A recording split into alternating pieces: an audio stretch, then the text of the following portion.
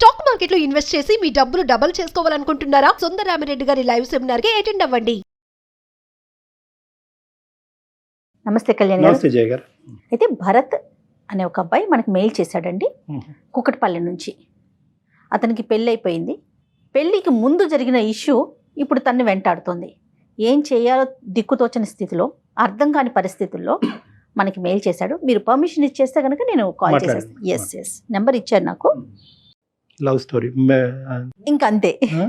పెళ్లికి ముందు స్టోరీ అంటే ఇంకా మనం అదే ఆలోచించుకోవాలి. ఈ మధ్య కాలంలో యూత్ ని మనం ఆలోచిస్తే ఎక్కువగా. హలో భరత్ కుమార్ గారు, నేను జయానండి, అందమైన జీవితం ప్రోగ్రామ్ నుంచి కాల్ చేస్తున్నాను. నమస్కారం మేడం. నమస్తే అండి. నమస్తే. మీరు మెయిల్ చేశారు నాకు, నేను అది చూసి సో డాక్టర్ గారితో మాట్లాడిద్దాం మీకు అనేసి కాల్ చేశాను. నాతో పాటు డాక్టర్ కళ్యాణ్ చక్రవర్తి గారు కూడా ఉన్నారు. నమస్కారం సార్. నమస్తే. నమస్తే భరత్. సో మీరు మెయిల్లో పెట్టిన విషయం ఒకసారి డాక్టర్ గారితో మాట్లాడండి. Okay ma'am. నాన్న భరత్ నమస్తే. నమస్కారం సార్. నమస్తే. నమస్తే. ఏం చేస్తూ ఉంటావు నాన్న? సార్ నేను మార్కెటింగ్ ఎగ్జిక్యూటివ్ సార్. ఎంత వయసు ఎంత? నా ఏజ్ 28 ఉంటుంది సార్. ఈ మధ్యనే మ్యారేజ్ అయిందని మేడం చెప్పారు. ఎన్ని రోజులు అయింది మ్యారేజ్ అయ్యి? సార్ మ్యారేజ్ వచ్చేసి నవంబర్ 2021 అయింది సార్. 21 2000. అయితే నా ప్రాబ్లం ఏంటంటే సార్, ఫిబ్రవరి 14th నుంచి నా వైఫ్ నాతో మాట్లాడలేదు సార్. మీ భార్య మీతో అరేంజ్డ్ మ్యారేజేనా? Yes sir, arrange marriage. And నా వైఫ్ వెల్ ఎడ్యుకేటెడ్ సార్. చెప్పు నాన్న, ఫిబ్రవరి నుంచి ఏమైంది మీ ఇద్దరి మధ్యన? సార్ యాక్చువల్లీ ఫిబ్రవరి 14th మార్నింగ్ వచ్చేసి నా కొరియర్ నుంచి ఒక ఫోన్ వచ్చింది సార్. కొరియర్ నుంచి ఫోన్ వస్తే నేను ఇంట్లో ఇవ్వండి అని చెప్పేసి ఇంటి అడ్రస్ ఇవ్వండి అని చెప్పేసి పంపించాను సార్. ఓకే. అక్కడ మా వైఫ్ కాల్ చేశాను. మా వైఫ్ రిసీవ్ చేసుకుంది. రిసీవ్ చేసుకున్న తర్వాత నేను యాక్చువల్ ఆఫీస్ నుంచి ఇంటికి వెళ్ళాను. కానీ వెటకారంగా ఏదో చాలే అన్నట్టు వెటకారంగా బిహేవ్ చేసింది నాతోటి. ఇలా బెడ్రూమ్ లోకి వెళ్ళిన తర్వాత అడిగింది, ఎవరు అమ్మాయి అని అడిగింది. ఎవరు లేరు అని నేను అన్నా. ఎవరు అమ్మాయి అంటే నాకేం తెలుసు అమ్మాయి ఎవరు అని నేను అన్నా. అన్న తర్వాత నా దగ్గర దాచకండి, మీరు పెళ్లి ముందు ఏమేమి చేస్తారో నాకు ఇప్పుడు అర్థమవుతుంది అని అన్నది. పెళ్లికి ముందు నేనేం చేశాను, నేను చేయలేదు కదా అని నేను అన్నాను. అంటే మీ వ్యవహారాలు నాకు ఇప్పుడు అర్థమవుతున్నాయి. నేను ఏదో ఏమంటారు, ఇన్ని రోజులు మనం మంచిగా ఉన్నామని చెప్పేసి నేను కంటిన్యూషన్ అయిదాం అనుకుంటుంటే ఇదే టైంలో మీరు చేసిన పనులు మొత్తం నాకు ఇప్పుడే తెలుస్తున్నాయి అన్నది. నన్ను అంతకుముందు మీ ఇద్దరి మధ్యన ఎటువంటి డిఫరెన్సెస్ 4 నెలల్లో 3 నెలల్లో ఆర్గ్యుమెంట్స్ అవి ఏమీ లేవు? ఏమీ లేవు సార్. మ్యారేజ్ అయిన తర్వాత నాకు మంచి బెస్ట్ ఫ్రెండ్ దొరికిందని ఫీలింగ్ నేను ఉన్నాను. తను కూడా మంచి ఫ్రెండ్లీగానే మూవ్ అయింది సార్. ఏంటంటే ఆవిడ ఏం చూసిందంట కొరియర్ ఓపెన్ చేసినటువంటి కొరియర్ లో లవ్ సింబల్స్ తో కొన్ని ఆర్టికల్స్ ఉన్నాయి సార్. ఆర్టికల్స్ ఉన్నాయి, చిట్స్ ఉన్నాయి, బాల్స్ ఉన్నాయి, డిఫరెంట్ గ్రీటింగ్స్ ఉన్నాయి. దాంట్లో కన్నా నేను మిస్ అవుతున్నా, నాతో ఒకసారి మాట్లాడు అని చెప్పేసి దాంట్లో రాసింది సార్. యాక్చువల్లీ ఆ కోపంలో తను తెచ్చేసి నా ముందు ఇసిరేసింది, చూడు నువ్వు చేసే పనులు మొత్తం అన్నది. నిజంగా నాకు తెలియదురా, అసలు ఎవరు పంపించడం నాకు తెలియదు అని చెప్పేసి నేను నచ్చేసి ట్రై చేశాను సార్. అయితే చాలా ఎంతవరకు తనని అలా అంత కోపంగా ఎప్పుడు చూడలేదు సార్. సడన్లీ నా మీద విసిరేసి, నాకు ఈ అమ్మాయి ఎవరో తెలియాలి, అమ్మాయి ఎవరో తెలిసినంత వరకు నేను నీతో ఉండను నేను అని చెప్పేసి కొంచెం ర్యాష్ బిహేవ్ చేశాను సార్. తన మీ భార్య యొక్క రియాక్షన్ అర్థం చేసుకోవటం పెద్ద కష్టం కాదు, కానీ నీ రియాక్షన్ ఏంటి? అవి చూడగానే నీ రియాక్షన్ ఏంటి? నీకు ఎక్కడైనా బల్బు వెలిగి కనెక్ట్ అయ్యిందా ఏదైనా పాత స్టోరీకి? లేదంటే నువ్వు షాక్ అయ్యావా లేదా? నేను చాలా షాక్ అయ్యాను సార్. ఫస్ట్ ఆఫ్ ఆల్ నాకెవరు పంపినని షాక్ అయ్యాను. తర్వాత నేను కొద్దిసేపు అయిన తర్వాత బెడ్రూమ్ లో తను అక్కడ బెడ్ పక్కన కూర్చున్నప్పుడు నాకు ఆలోచిస్తే అప్పుడు క్లిక్ అయింది సార్. యాక్చువల్లీ ఒక రోజు ఏమైందంటే సార్, నేను మార్కెటింగ్ వర్క్ అయిపోయి నేను మా ఇంటి బాల్కన్లోకి వచ్చి కూర్చున్నాను సార్. మా స్లిప్లు ఉంటాయి సార్, మా బిల్స్ ఉంటాయి. బిల్స్ నేను పేమెంట్ అన్ని అవి రాసేసుకొని అయిపోయి కింద వర్క్ అయిపోయి కిందికి వెళ్ళే టైంలో లైట్ ఆఫ్ చేశాను సార్ పైన. ఎదురింట్లో ఉన్నటువంటి బాల్కన్ నుంచి లైట్ ఆన్ అయింది సార్. లైట్ ఆన్ కాగానే నేను మళ్ళీ లైట్ ఆన్ చేశాను సార్. అక్కడ లైట్ ఆఫ్ అయింది సార్. నేను లైట్ ఆన్ చేస్తే అక్కడ ఆఫ్ చేయడం, అక్కడ ఆన్ చేయడం కొద్దిసేపు జరిగింది సార్. అక్కడ ఎవరు నాకు అర్థం కాలేదు. Same same time next day మళ్ళీ సేమ్ అలా జరిగినప్పుడు అక్కడ ఒక అమ్మాయి కనిపించింది సార్ నాకు. క్యాజువల్ గా లైట్ తీసుకొని వదిలేదు సార్. అప్పటికైతే నేను ఏమన్నా జస్ట్ లైట్ ఆన్ చేయడం వదిలేసిన. ఒక 2 days తర్వాత సార్ నేను మార్నింగ్ మార్కెటింగ్ వెళ్ళేటప్పుడు బైక్ బయటికి తీసేటప్పుడు ఆ ఇంటి ముందు ముగ్గు ఉంటది కదా సార్, ఆ ముగ్గులో ఒక చిట్టి కనిపించింది సార్. అంటే ఒక రాసి ఎవరు పడేసినట్టు చిట్టి కనిపించింది. ఓపెన్ చేశాను సార్. ఓపెన్ చేస్తే నేను నీ కోసం బిర్లా మందిర్ లో సాయంత్రం 6 గంటలకు సాయంత్రం 6 గంటలకు అక్కడ నీ కోసం వెయిట్ చేస్తుంటా, నేను రెడ్ డ్రెస్ లో ఉంటా, వచ్చి కనుక్కో అని ఉంది సార్. చిట్టి నీ గురించే రాసిందని గ్యారంటీ ఏంటి సార్? కింద ఫర్ యూ భరత్ అని ఉంది సార్. కింద వచ్చేసి చిట్లో లాస్ట్ ఫర్ యూ భరత్ అని ఉంది sir. Right right. Okay okay. నా భరత్ అనే నా పేరులో లవ్ సింబల్ వేసి కింద లవ్ సింబల్ లో భరత్ అని రాస్తాను సార్. ఓకే. ఆ చిట్ నా కోసమే అని నాకు అప్పుడు కన్ఫర్మ్ అయ్యి నేను బట్ ఎవరో చూద్దామని చెప్పేసి నేను బిర్లా మందిర్ వెళ్ళాను. సాయంత్రం 6 గంటలకు. ఈ లైట్లు ఆన్ అండ్ ఆఫ్ కి చిట్టికి ఎంత టైం గ్యాప్ ఉంది మధ్యలో? 3-4 days గ్యాప్ ఉంది సార్. అంతే. సో కన్సెక్యూటివ్ గానే జరుగుతున్నాయి ఒకదాని వెంట ఒకటి. చెప్పు నాన్న. 3-4 days గ్యాప్ ఉంది సార్. నేను అక్కడికి వెళ్ళాను, బిర్లా మందిర్ వెళ్ళాను సార్ 6 o'clock కి. ఓకే. అక్కడికి వెళ్ళిన తర్వాత అక్కడ రెడ్ డ్రెస్ లో ఏ అమ్మాయి రాలేదు సార్.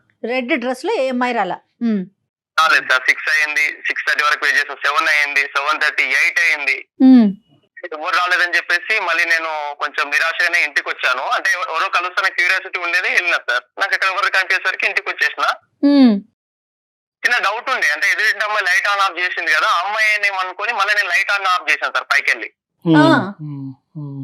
లైట్ ఆన్ ఆఫ్ అక్కడ నుంచి ఎలాంటి రెస్పాన్స్ రాలేదు సార్ నాకు.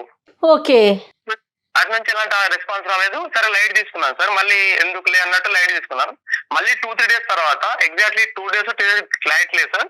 మళ్ళీ ఏమైంది అంటే మార్నింగ్ సేమ్ అలా నేను బయటికి వెళ్తుంటే ఇంకో చిట్టు ఉంది అక్కడ.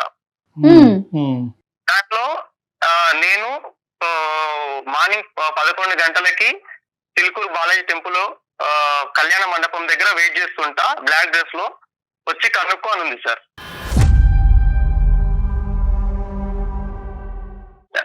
అంటే ఫస్ట్ కలవలేదు కదా, ఏమైనా ప్రాబ్లం ఏంటి కలవలేదేమో, ఈసారి కలుస్తాను పక్కా అని చెప్పి పెట్టేసిందని చెప్పి నేను వెళ్ళాను అక్కడికి.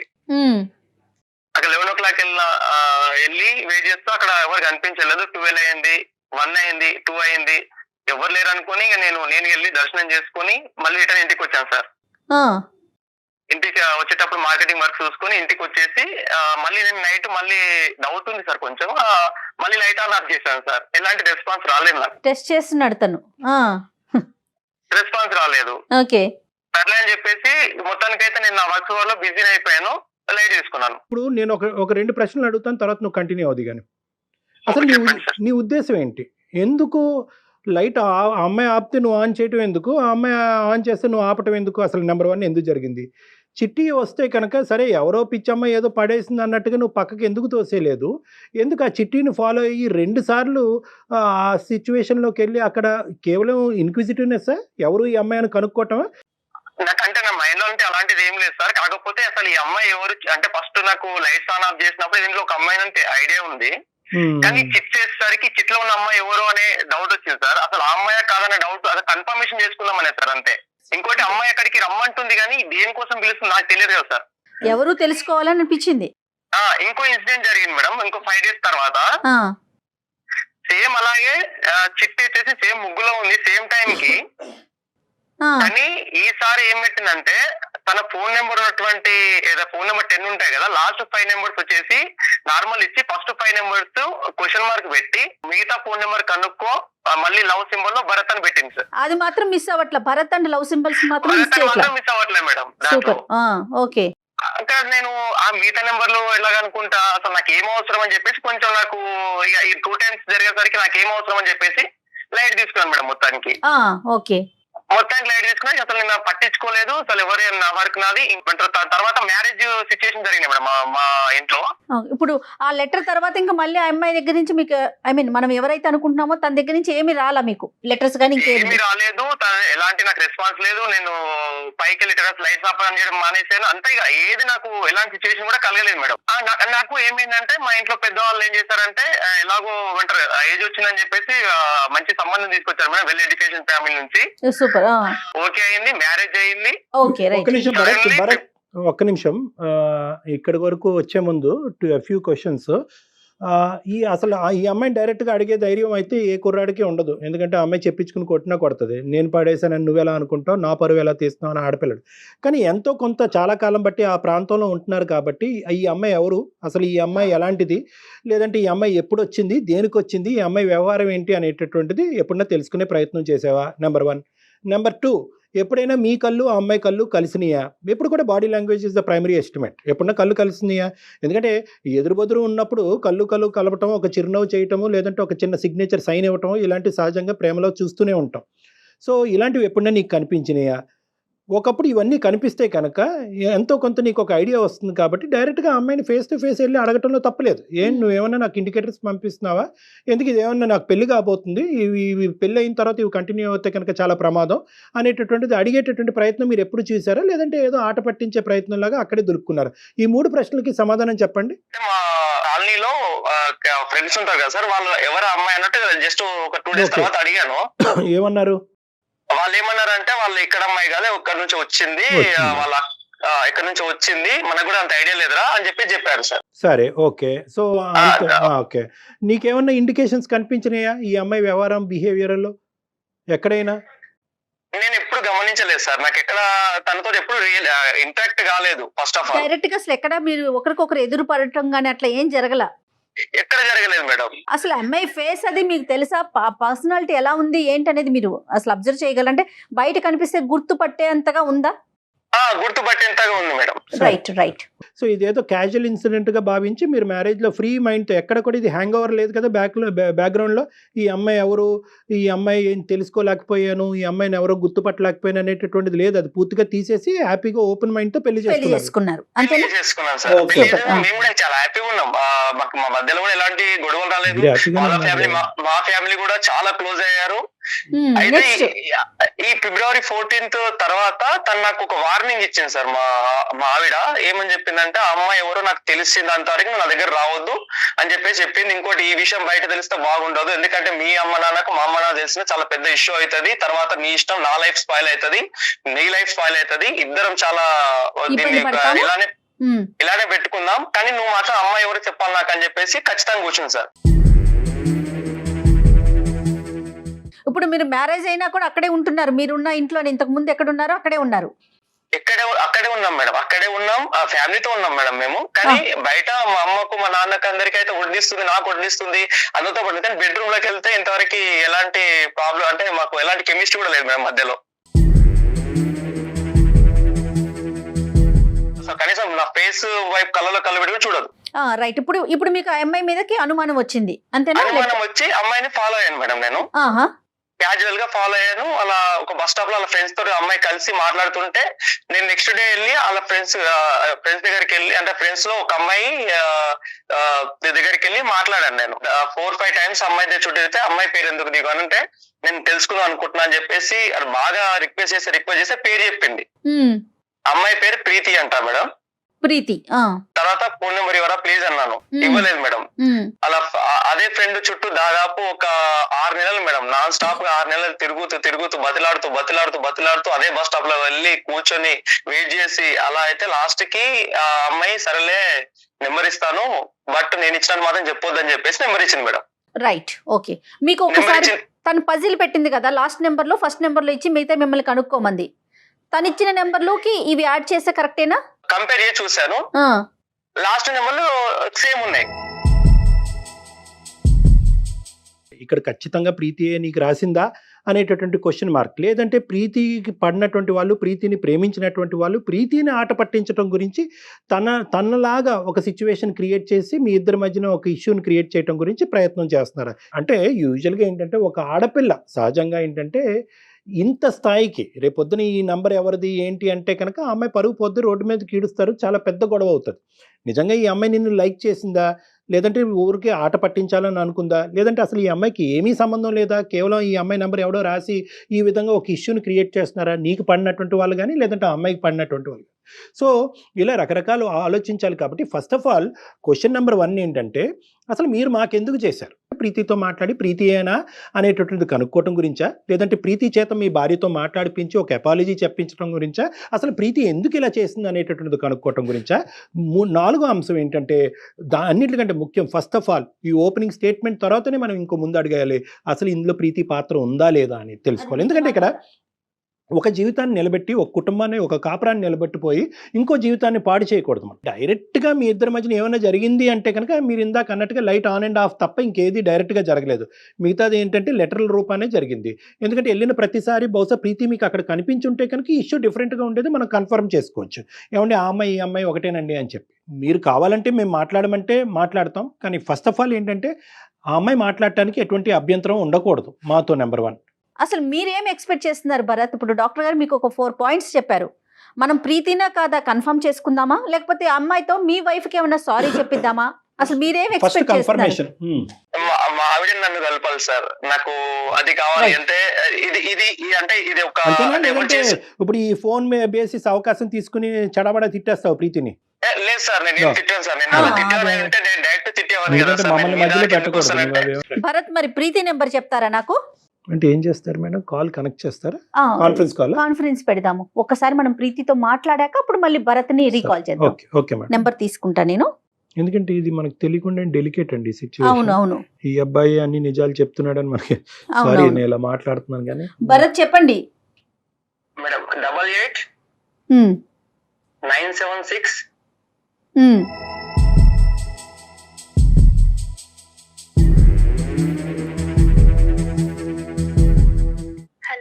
ఎస్ డాక్టర్ గారు, ప్రీతిని నేను లైన్ లోకి తీసుకున్నాను.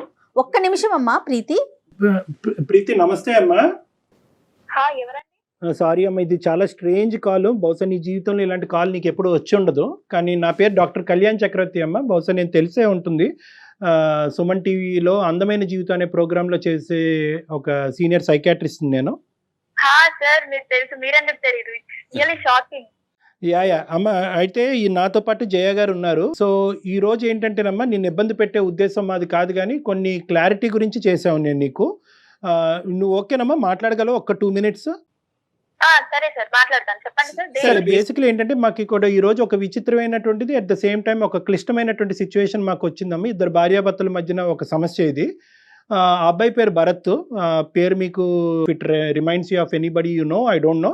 అతని పేరు భరత్. ఆ అబ్బాయి ఏంటంటే మీ ఇంటి ఎదురుగుంటానే, లేదంటే మీ ఇంటి దగ్గరలోనే అతను ఉంటాడంట. ఆ అబ్బాయికి ఈ మధ్యకాలంలో పెళ్ళయింది.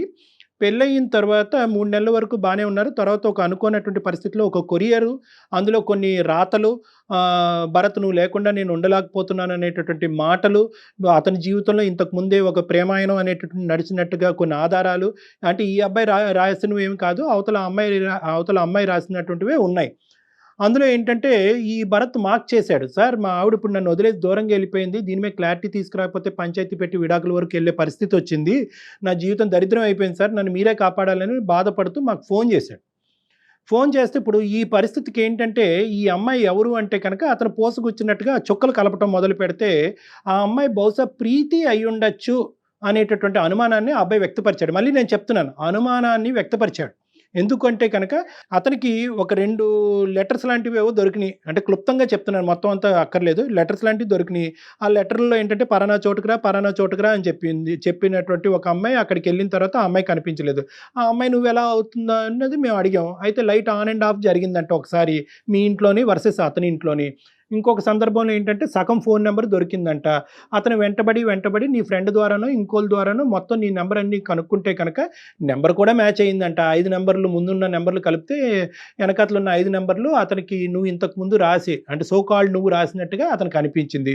సో ఇన్ని ఇండైరెక్ట్ ఎవిడెన్సెస్తో అతనికి ఏమనుకుందంటే కనుక నా జీవితం నాశనం చేయాలన్నా, నా జీవితాన్ని కాపాడాలన్నా ఇప్పుడు ప్రీతియే నాకు దిక్కు అన్నట్టు అతను మాట్లాడే ధైర్యం అతనికి లేకుండా మా ద్వారా నీకు కాల్ చేపిస్తున్నాడమ్మా. ఇది సిచ్యువేషను. ఇప్పుడు అసలు నువ్వు పిక్చర్లో ఉన్నట్టా లేనట్టా? నీకు భరత్ అంటే ఎవరో తెలుసా? సార్ యాక్చువల్ గా మాది కరీంనగర్, నేను హైదరాబాద్ కూకట్పల్లిలో డిగ్రీ చదువుతున్నాను. మా ఇంటి దగ్గర అయితే నాకు తెలిసి భరత్ అని ఎవరు లేరు. అండ్ ఇక్కడ మా అక్కయ్య వాళ్ళ ఇంటి ముందు ఒక పర్సన్ ఉన్నారు. అంటే మీరు ఇప్పుడు చెప్తున్నారు కాబట్టి లైట్స్ ఆన్ ఆఫ్ గురించి నాకు ఆ పర్సన్ గుర్తొచ్చారు. బట్ అతని పేరు భరత్ అని కూడా నాకు తెలియదు సార్, ఇప్పుడు మీరు చెప్పేంత వరకు. నీకు తెలియకపోతే భరత్ అని పేరు అంటే నేను క్రాస్ క్వశ్చన్ చేసే హక్కు నాకు ఉందో నాకు లేదో నాకు తెలియదమ్మా, కానీ నీ భరత్ అనే ఉన్నాడని అంటున్నావు కదా మీ ఇంటి పరిధిలో. ఎక్కడ ఉండొచ్చు అంటున్నాను సార్. కరీంనగర్ లో అయితే నాకు అలా ఎవరు లేరు. మేబీ హైదరాబాద్ లో అయితే నేను డైలీ కాలేజ్ కి వెళ్తుండగా అండ్ నైట్ డిన్నర్ చేశాక పైకి వెళ్తాను. సో ఒక అతను మాత్రం ఉన్నారు, కానీ అతని పేరు భరత్ అని మాత్రం నాకు తెలియదు. లైట్ ఆన్ అండ్ ఆఫ్ సంఘటన ఒక సంవత్సరం క్రితం అలాగే నీకేమన్నా గుర్తుందమ్మా? ఓకే సార్, నాకు గుర్తుంది, కానీ దానికి దీనికి ఏంటి సంబంధం నాకు అర్థం కావాలి. అంటే అమ్మ I'm not trying to put you into A corner, నిన్నేదో ఒక ట్రాప్ చేద్దామనో లేదంటే నిన్ను ఇబ్బంది పెడదామనే ఉద్దేశం నాది కాదు. కానీ ఎందుకంటే ఈరోజు ఇది ఒక జీవితానికి సంబంధించినటువంటి అంశం అమ్మ. ప్లీజ్ ఇదేంటంటే నేను చెప్పేది ఏంటంటే నిజంగా ఇందులో నువ్వు యువర్ టోటలీ ఇన్నోసెంట్ అంటే కనుక నో ఇష్యూస్, నువ్వు అది ఇన్నోసెంట్ అని చెప్తాం. మనకి అతను ఇంకెవరు ఆ క్యారెక్టర్ ఎవరు అనేది మళ్ళీ అతను వెతుకులాట్లో పడుతుంది. అతనికి కావాల్సినటువంటి సహాయ సహకారాలు అందమైన జీవితం మేము చేసుకుంటాం. That will become a totally different story. కానీ ఇక్కడ ఏంటంటే మీది లైమ్ లైట్లోకి వచ్చింది కాబట్టి మీరే అవి ఉండొచ్చు కాబట్టి మీరు కొద్దిగా ఆలోచించుకోండి, కొద్దిగా లోతుగా ఆలోచించండి. ఎందుకంటే వాళ్ళిద్దరి మధ్య ఈరోజు చాలా పెద్ద డిఫరెన్సెస్ వచ్చినాయి. ఆ అమ్మాయి చదువుకున్నటువంటి అమ్మాయి, ఉద్యోగం చేసుకుంటున్నటువంటి అమ్మాయి, ఇద్దరు చాలా హ్యాపీగా ఒక 3 నెలల పాటు చేసిన తర్వాత ఈ కొరియర్ రావడంతో ఇద్దరు చిన్నభిన్నం అయిపోయింది. ఇంకా పెద్దల వరకు వెళ్ళలేదు. పెద్దల వరకు వెళ్తే కనుక ఈ పంచాయతీ ఏ లెవెల్ వరకు వెళ్తుందో, దీని వెనకతలు ఉండేటటువంటి మనుషులు ఎవరు అనేటటువంటి వెతుకులాట ఇంకెంత ఇంటెన్సివ్గా జరుగుతుందో అది మనకు తెలీదు. ఆ సమస్య రాకముందే ఇందులో ఎవరన్నా మూడో వ్యక్తి ఉంటే కనుక వాళ్ళు ఇప్పుడే ఈ క్లోజ్డ్ 4 walls మధ్యనే ఈ ఇష్యూని రిజాల్వ్ చేసుకుంటే మంచిది అనే ఉద్దేశంతో నేను చెప్తున్నాను. సో ప్రతి ఫ్యాక్ట్ నువ్వు కొద్దిగా ఆలోచించి నాకు చెప్పమని చెప్తున్నానమ్మా. లైట్ ఆన్ అండ్ ఆఫ్ సంఘటన జరిగిందా లేదా? లైట్స్ ఆన్ అండ్ ఆఫ్ అంటే ఒక 1 year బ్యాక్ అయితే నేను ఎగ్జామ్స్ ఉన్నప్పుడు పైకి వెళ్తాను సార్ డైలీ నైట్. ఓకే. నేను ఏదో ఆలోచిస్తూ లైట్స్ ఇలా బ్లింక్ చేస్తున్నా ఒక ట్రాన్స్ లో ఉండి. సో ఆపోజిట్ లో అతను కూడా నేను లైట్స్ ఆన్ ఆఫ్ చేసినప్పుడు అతను కూడా లైట్స్ ఆన్ చేస్తున్నాడు, ఆఫ్ చేస్తున్నాడు. అది నేను అబ్జర్వ్ చేశాను. అదైతే జరిగింది సార్. బట్ నేను మీరు అనుకుంటున్నట్టు అలా ఏం కాదు. నేను ఏదో ట్రాన్స్ లోని లైట్స్ ఆన్ ఆఫ్ చేస్తున్నాను, అక్కడ కూడా అది జరిగింది. అదైతే నాకు ఇప్పుడు గుర్తుంది.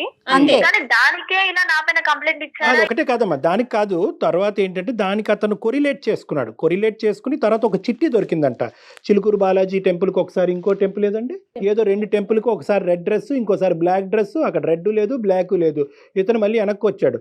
ఇతను ఎందుకు ఆ లెటర్ పట్టుకుని అలా తిరిగాడు అనేటటువంటి ప్రశ్న ఈ రోజు మనం అడగలేం. ఎందుకంటే అతనికి అక్కడ చెడు ఉద్దేశం ఏమీ లేదు.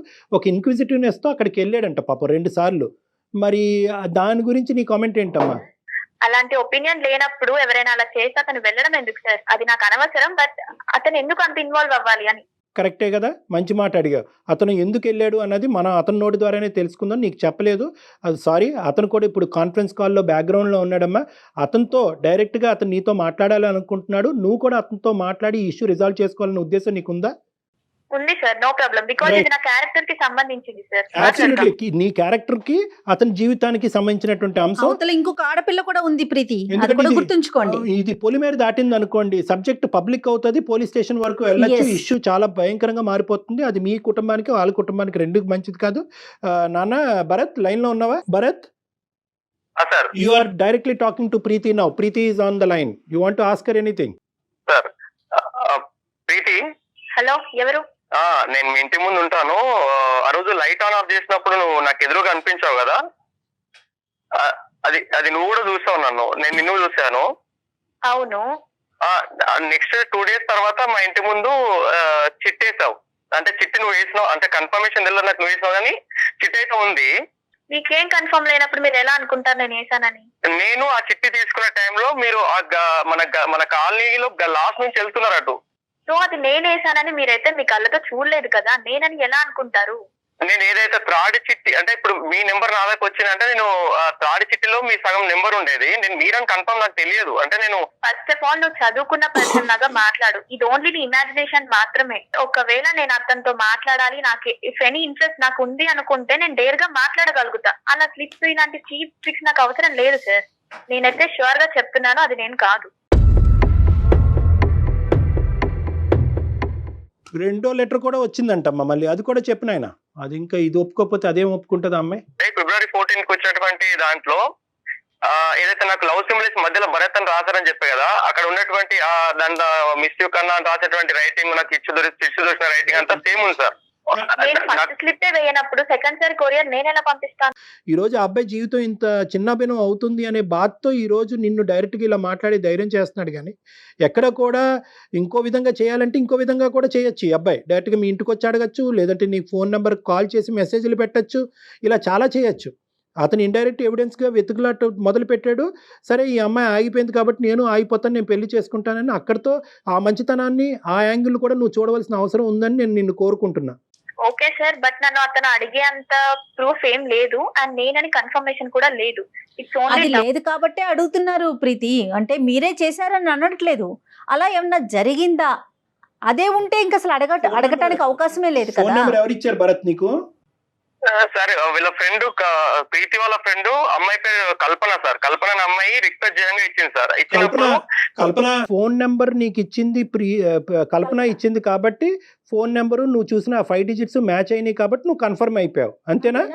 ఇంకేమన్నా చేసిందా కల్పన? ఇంకేమన్నా చెప్పిందా నువ్వు తిరగ్గా అడగ్గా?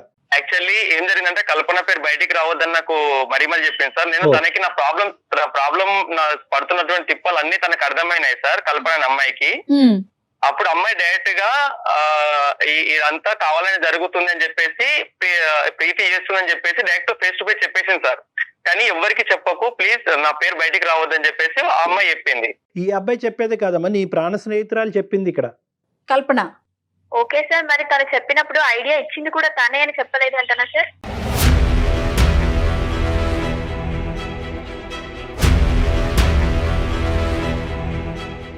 అంటే తను ఐడియా ఇస్తే మీరు ఫాలో అయిపోతారా ప్రీతి? మేడం ఇది ఇంత పెద్ద ఇష్యూ అవుతుంది అని మేము ఎక్స్పెక్ట్ చేయలేదు. ఇది మా కాలేజ్ లో ఇది కామన్ మేడం. మేము ఫ్రెండ్స్ లో అందరం అనుకున్నాం ఒక పర్సన్ ఏడిపిద్దామంటే. మా ఇంటి ముందు ఎదురుగా ఒక పర్సన్ ఉన్నాడు, నాకు కొంచెం ఇన్నోసెంట్ గా అనిపించాడు అండ్ మొన్న నేను లైట్స్ ఇలా బ్లింక్ చేస్తుంటే కనెక్ట్ అయ్యాడు అని మా ఫ్రెండ్స్ తో డిస్కస్ చేశాను. ఓ ఒక పర్సన్ దొరికినట్టే కదా, కొంచెం ఏడిపిద్దాం, అతను ఎలా రియాక్ట్ అవుతాడు, మీకు రెస్పాన్స్ అయితే ఓకే, అతను డీసెంట్ అయితే రెస్పాన్స్ అవ్వడు అని మేము అనుకున్నాం. ఓకే సరేనమ్మా, పెళ్లి కాక ముందు వరకు ఓకే. అతనికి పెళ్లి అయిందన్న విషయం నీకు తెలిసిందా? తెలుసు మేడం. నాకు మరి తెలిసాక కూడా నువ్వు ఎలా పంపించావు? ఇంకొకటి, సరే మీరు ఆట పట్టించారు చదువుకునే వరకు, ఆ అబ్బాయికి పెళ్ళి అయి వెళ్ళిపోయాడు కదా. అవును, అప్పుడు మళ్ళీ ఎందుకు పంపించావు? చాలా ఇంట్రెస్ట్ చూపించాడు మేడం. అతని ఇంట్రెస్ట్ చూడడం వల్ల నాకు చాలా క్రేజీగా అనిపించింది, నెక్స్ట్ ఇంకా ట్రై చేయాలి. ఏంటి పెళ్లి అయినా కూడా నీకు క్రేజ్ అనిపించిందా తల్లి? లేదు మేడం, అప్పుడు ఎలా రియాక్ట్ అయ్యాడు, ఇప్పుడు అలా రియాక్ట్ అవుతాడా లేదా నాకు తెలుసుకోవాలనిపించింది. ఇంత సడన్ గా పెళ్లి చేసుకున్నాడేంటి? నా కోసం ఎక్కడికంటే అక్కడికి నా ఫ్రెండ్స్ చెప్పారు, నేను ఎక్కడికంటే అతను అక్కడికి. రియాక్ట్ అయితే ఓకేనా నీకు? పెళ్లి చేసుకుంటావా నువ్వు అతన్ని? లేదు మేడం, పెళ్లి చేసుకున్న ఒపీనియన్ అంటే నేను డైరెక్ట్ గా మాట్లాడతాను. జస్ట్ ఏడిపించడం వరకే. నేను స్టార్టింగ్ లో మాట్లాడినటువంటి ప్రీతి, ఇప్పుడు మాట్లాడినటువంటి ప్రీతి ఒకటేనా అని చెప్పి నాకు అసలు బ్రెయిన్ గిర్రని తిరుగుతుందమ్మా. అంటే పిచ్చికి పరాకాష్ట అని అనొచ్చు, కానీ ఇది శాడిజం కూడా పరాకాష్ట అని చెప్పొచ్చు మనం. ఇది హైదరాబాద్ అమ్మాయిలో ఇదంతా కామన్ సార్. హైదరాబాద్ ఏంటి, విజయవాడ ఏంటి తల్లి అమ్మాయిలకి? ఇది కామన్. ఏంటి కామన్ అమ్మా? జీవితాలతో ఆడుకోవటం కామనా?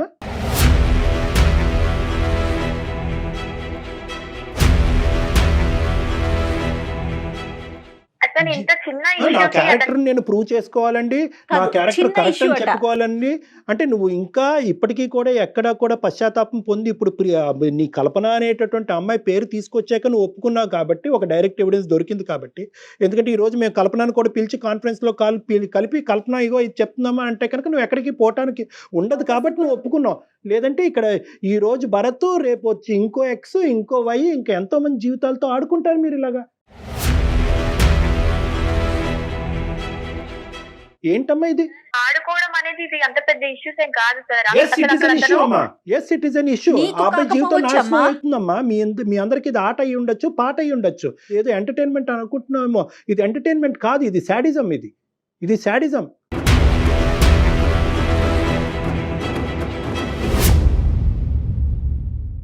ఫస్ట్ ఇన్సిడెంట్ అప్పుడు అతను రెస్పాండ్ అవ్వకపోతే నాకు నెక్స్ట్ స్టెప్ నేను తీసుకునేదాన్ని కాదు, నాకు ఇంత ఇంట్రెస్ట్ వచ్చేది అమ్మా, కాదు. నువ్వు లైట్ లో ఆన్ ఆఫ్ చేయొచ్చు, అమ్మా. అతను రెస్పాండ్ అయ్యాడు అనేది ఒక అమ్మా, పాస్ చూపిస్తున్నావు. రెస్పాండ్ అవటానికి ఓకే, అతను రెస్పాండ్ అయ్యాడు అనేటటువంటిది నువ్వు ఒక విధంగా ఆలోచిస్తున్నావు, మేము ఒక విధంగా ఆలోచిస్తున్నాం. మేమేమనుకుంటున్నాం అంటే అసలు ఏంటి అనేటటువంటిది తెలుసుకునేటటువంటిది ఒక పెళ్లి కానటువంటి ఒక అబ్బాయి చేయటం అనేటటువంటిది పెద్ద తప్ప, లేదా ఇంత రెస్పాండ్ అయ్యాడు కాబట్టి ఎన్ని సందర్భాల్లో ఇలా రెస్పాండ్ అవుతూ పోతాడు, పెళ్ళి అయిన తర్వాత కూడా రెస్పాండ్ అవుతూ పోతాడా లేదా చూద్దాం అనేటటువంటిది పెద్ద తప్ప. ఆ అబ్బాయి వెంట పరిగెడుతున్నాడు అని అనుకుంటున్నావు, కానీ ఎక్కడా కూడా ఆ అబ్బాయికి ఒక ఇంటిగ్రిటీ ఉంది కాబట్టి ఎక్కడా కూడా దీన్ని ఇంకో లెవెల్కి తీసుకెళ్లి పిచ్చి పిచ్చి మెసేజ్లు పంపించి మీ ఇంట్లోకి వచ్చి కూర్చుని మీ అమ్మాయి ఇలా నాకు మెసేజ్ పంపించింది కాబట్టి నేను కూడా ఆ అమ్మాయిని ఐ లవ్ యూ కాబట్టి మేము పెళ్లి చేసుకుంటాం అంటే కనుక నీ పరిస్థితి ఏంటి? చదువుకోవటానికి వచ్చిన అమ్మాయి నీ జీవితం ఏమై ఉండేది? అమ్మాయి కూడా ఇన్నోసెంట్ ఏం కాదు సార్ అతను. అమ్మ, ఇది ఒక జీవితానికి సంబంధించింది. ఇప్పటికైనా కూడా నా ఉద్దేశం ఏంటంటే కనుక నువ్వు ఒప్పుకోవనుకున్నావు, థ్యాంక్ యూ, ఒప్పుకున్నావు. కానీ ఒప్పుకున్న తర్వాత ఇక్కడ ఉండేటటువంటి యూటర్న్ ఏంటంటే నువ్వు మళ్ళీ నీ పాత పద్ధతినే సమర్థించుకుంటున్నావు. అది డిజాస్టర్ ఇక్కడ. నేనేమనుకున్నానంటే ఒప్పుకున్న తర్వాత ఈ అమ్మాయిని ఒక మెట్టు ఎక్కించి వాళ్ళ భార్యతో మాట్లాడిపిస్తే కనుక కథ కంచికి చేరుతుంది, వీళ్ళ జీవితం సుఖమయం అవుతుందని నేను అనుకున్నాను. నువ్వు నీ స్టాండ్ సమర్థించుకుంటే నాకు అవన్నీ అవసరం లేదు సార్. ఫస్ట్ ఇప్పుడు అతను లైన్ లో ఉన్నాడా? హలో, ఉన్నాడు భరత్. సార్ సార్ వింటున్నావమ్మా భరత్? ఆ అమ్మాయి నీకేదో చెప్పాలంట. సారీ చెప్తాదేమో చూడు. ఏమనుకుంటున్నావు? నువ్వు కొంచెం చదువుకున్నావు కదా, నీకు ఆ మాత్రం కామన్ సెన్స్ లేదా? అర్థం కాదా ఒక అమ్మాయి ఇలా చేస్తుందని? రామా, కామన్ సెన్స్ ఉంది కాబట్టి కదా నీకు ప్రాబ్లం రాకుండా ఉండనీకనే కదా నేను అందమైన జీవితం కంఫర్ట్ అమ్మాయికుడివి ఇలా చేస్తావని నేను అసలు ఎక్స్పెక్ట్ చేయలేదు, అనుకోలేదు. నీకు మీ వైఫ్ కి ఆ మాత్రం అండర్స్టాండింగ్ లేదా? మార్చుకోలేవా? వీళ్ళకి కంప్లైంట్ ఇస్తే వాళ్ళు ఏం చేస్తారు? వాళ్ళు ఏం చేస్తారు అంటే నాకు ప్రాబ్లం సొల్యూషన్ కావాలి అని చెప్పేసి నేను అందమైన జీతానికి మెయిల్ పంపాను. ఫస్ట్ ఆఫ్ ఆల్ ఉద్దేశం ఏంటమ్మా? అమ్మ, భరత్ తో మాట్లాడే ముందు నీ ఉద్దేశం ఏంటో మాకు చెప్పు. సార్, ఈ రోజుల్లో ఇది కామన్. నన్ను ఇప్పుడు ఇంతమంది క్వశ్చన్ చేసి అడిగేంత తప్పేం అమ్మ, లేదనుకుంటున్నాను. నేను ఇంత మాట్లాడిన తర్వాత నా స్థాయి సీనియర్ సైకాట్రిస్ట్ ఇంత స్థాయి మాట్లాడిన తర్వాత కూడా నేను నీలాంటి వాళ్ళని 1,00,000 మందిని చూస్తాను. నేను ఇప్పటికీ కామన్ అని నువ్వు అంటావమ్మా? ఇది కామనా? ఇప్పటికి నేను ఇలాంటివి చాలా చేశాను సార్, కానీ ఇంత అమాయకుడిని వెరీ గుడ్ అమ్మా, వెరీ గుడ్. ఒకసారి మీ ఇంట్లో వాళ్ళకి కూడా చెప్పి చూడు తల్లి, నేను ఇలాంటి పనులు చేస్తున్నాను, నేను హైదరాబాద్ కి వెళ్ళి నేను వెలగబెట్టే కార్యాలు ఇవే అని చెప్పి చూడు. నీతో వర్కౌట్ అవుతుంది. బ్రహ్మదేవుడు కూడా నిన్ను మార్చలేడు, కానీ నీ తలరాత ఎలా ఉంటుంది అనేది నీకు కాబోయేటటువంటి నీ భర్త డిసైడ్ చేస్తాడు. కానీ ఫస్ట్ అతనికి ఏదో చెప్పాలనుకుంటున్నావు కదా, చెప్పు. ఏంటి చెప్తావు? అపాలజీ చెప్పమ్మా దయచేసి, పుణ్యం ఉంటుంది. నేను చెప్పేది ఏం లేదు సార్. నీతో నాకు వచ్చేది లేదు. నువ్వు నా ఫ్రెండ్ కాదు, రిలేటివ్ కాదు, కొలీగ్ కాదు. నీతో నాకు అనవసరం. ఇప్పటికీ అయినా ఇష్యూస్ చాలు. అసలు నువ్వు ఇలాంటి వాడిగా నేను ఎక్స్పెక్ట్ చేయలేదు, ఇంత శుద్ధపప్పు గాడిగా నేను అనుకోలేదు. శుద్ధ పప్పు వదిలేమ్మా, ఇంకా మాటలు ఎక్కువైపోతున్నాయి. ప్లీజ్ గుడ్ బై అమ్మా, బాయ్ అమ్మా, thank you for your time. Good bye sir. Kalyan గారు, ఎలా ఉన్నారండి పిల్లలు? ఇలా అయితే లేరండి, ఇంత మరీ దారుణంగా లేరు. మనం చెప్పాల్సింది ఏదో ఈ అబ్బాయి భరత్కి చెప్పండి ఏం చేయాలనేసి.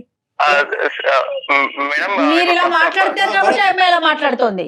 ఇప్పుడు మొత్తం స్టోరీలో నీకు అర్థమైంది ఏంటంటే అటువైపు లైట్ ఆన్ చేసి ఆపినా కూడా నువ్వు లైట్ ఆన్ చేసి ఆపకూడదు. ఇలాంటివి నేను చెప్పాను. ఇప్పుడు ఏంటంటే నువ్వు మార్కెటింగ్ పని చేసుకుంటే మార్కెటింగ్ పని చేసుకో, ఇలాంటి మార్కెటింగ్లు చేయకూడదు. ఇలాంటి పిల్లలు ఉంటారు జీవితంలో, ఇలాంటి వాళ్ళు నేను ఉచ్చులోకి లాగుతారు, జీవితాలు నాశనం అవుతాయని చెప్పి నీలాంటి అబ్బాయిలైనా అమ్మాయిలైనా ఇప్పటికైనా అర్థం చేసుకోండి. ఇది జీవితం సినిమా కాదు. లెటర్లు ఓపెన్ చేయటాలు, సగం నెంబర్ పజిల్లా దొరికితే ఇంకో నెంబర్ గురించి తిరగటం, ఇవన్నీ అనవసరం. ఏదన్నా ఉంటే కనుక ప్రేమించుకుంటే స్ట్రైట్ ఫార్వర్డ్ గా ప్రేమించుకోండి. I love you, I propose you, పెద్దలు ఒప్పుకుంటే పెళ్లి చేసుకోండి, అంతే. ఎందుకే జీవితాలు నాశనం చేసుకుంటారు? ఇప్పుడు అమ్మాయి సింపుల్ గా అంటుంది కదా, నువ్వు ఇండికేటర్ చేసావు కాబట్టి నేను కంటిన్యూ అయ్యాను. సరే, ఇప్పుడు ఆ అమ్మాయి గుడ్ బై చెప్పింది. ఆ అమ్మాయి రియలైజ్ అవటం నీ భార్యకి వచ్చి సంజాయిషి చెప్పుకునేటటువంటి పొజిషన్లో ఇప్పుడు కాదు కదా, ఇంకో జన్మలో కూడా అమ్మాయి వచ్చేటట్టు నాకైతే అనిపించట్లేదు. ఇప్పుడు నువ్వు ఉండేటటువంటిది ఒకే ఒక సొల్యూషన్. ఇదంతా మేము రికార్డ్ చేసాము. ఈ ఎపిసోడ్ మీ వైఫ్ కి చూపించండి భరత్, మీరు చేయగలిగిన పని అది ఒక్కటే. ఆవిడకి చూపెట్టి, ఇదిగో తల్లి, ఒక మంచి వేదిక మీద నేను వాళ్ళ సలహా సూచన తీసుకోవటం వల్ల ఈ అమ్మాయి నన్ను ఆట పట్టించడం గురించి నా జీవితంతో ఇలా ఆడుకుంటుంది, ఇదిగో ఆధారం అని చెప్పండి. కాదు కూడదు అని అదిగో అంటే కనుక డైరెక్ట్ గా నాతో మాట్లాడించండి. డాక్టర్ మీరిద్దరు కలిపి నా దగ్గరికి రండి, మనం కూర్చొని మాట్లాడుకో. ఓకేనా Bharat? Thank you very much okay Bharat okay, okay okay okay అండి, thank you Bharat. Thank you మనకే కళ్ళు బయర్లు గమని ఇలాంటి అమ్మాయిలు ఏంటి కళ్యాణ్ గారు అసలు ఆ అమ్మాయి చిన్న పిల్లే, మళ్ళీ వాయిస్ వింటుంటే అర్థమవుతుంది కదా చదువుకునే పిల్లే. తెలియంతనం అలాంటి అమ్మాయిలతో మాట్లాడటం కాదు ఇలాంటి నేను అలాంటి చాలా చేశానని చెప్తోంది. ఎన్ని కుటుంబాలు ఇబ్బంది పడ్డాయో ఏమిటో. కానీ పేరెంట్స్ కూడా ఒకసారి ఆలోచించాలండి, పిల్లలు ఏం చదువుతున్నారు, ఎక్కడ ఉంటున్నారు, ఏం జరుగుతోంది అనేది. అట్లీస్ట్ ఇప్పటికైనా కూడా ఏంటంటే అమ్మ అన్ని చోట్ల లేరమ్మా, this is very rare specimen ఈ అమ్మాయి. రైట్. అన్ఫార్చునేట్లీ ఆ అమ్మాయి జీవితం ఎలా ఉండబోతుందని చాలా భయంకరంగా ఉంటుంది. ఇలాంటి సందర్భాల్లో ఏంటంటే మనం ఒక మెట్టు ఎక్కి ఆ అమ్మాయి పేరెంట్స్ తో కూడా మాట్లాడాలి. ఎందుకంటే అవును, ఆ అమ్మాయి అంత కనికరంగా మాట్లాడినప్పుడు మనం ఏంటంటే ఇంకో స్టెప్ ఎక్కి ఒకప్పుడు ఇదే సంఘటన రేపు పొద్దున్న ఫ్యూచర్ లో పునరావృతం అవుతే మనం పేరెంట్స్ తో మాట్లాడటం కూడా వెనకాడకూడదు. ఎందుకంటే ఈ Right. అమ్మాయి ఏ పశ్చాత్తాపం లేకుండా బయటకు వెళ్ళింది. ఈ రోజు ఇంకో 10 జీవితాలు నాశనం చేయదని గ్యారంటీ ఏంటి? ఎక్కడ లేదు. ఈ రోజు వీళ్ళిద్దరి జీవితం ఇలా ఉంది కాబట్టి దూరంగా ఉన్నారు. ఆ అమ్మాయి ఏ ఊరితాడో ఎంచుకుని ఉంటే ఆడపిల్ల టోటల్ ఏమైంది? ఫన్ అంటోంది తను. సో నెక్స్ట్ టైం మనం ఇంకొక ఏదైనా అవకాశం ఉంటే ఉంటే కనుక పేరెంట్స్ తో కూడా మాట్లాడి వాళ్ళ ద్వారా కూడా ఈ అమ్మాయికి బుద్ధి చెప్పేటటువంటి ప్రయత్నం మనం చేయాలమ్మా. రైట్ కళ్యాణ్ జీ, నమస్తే. Thank you.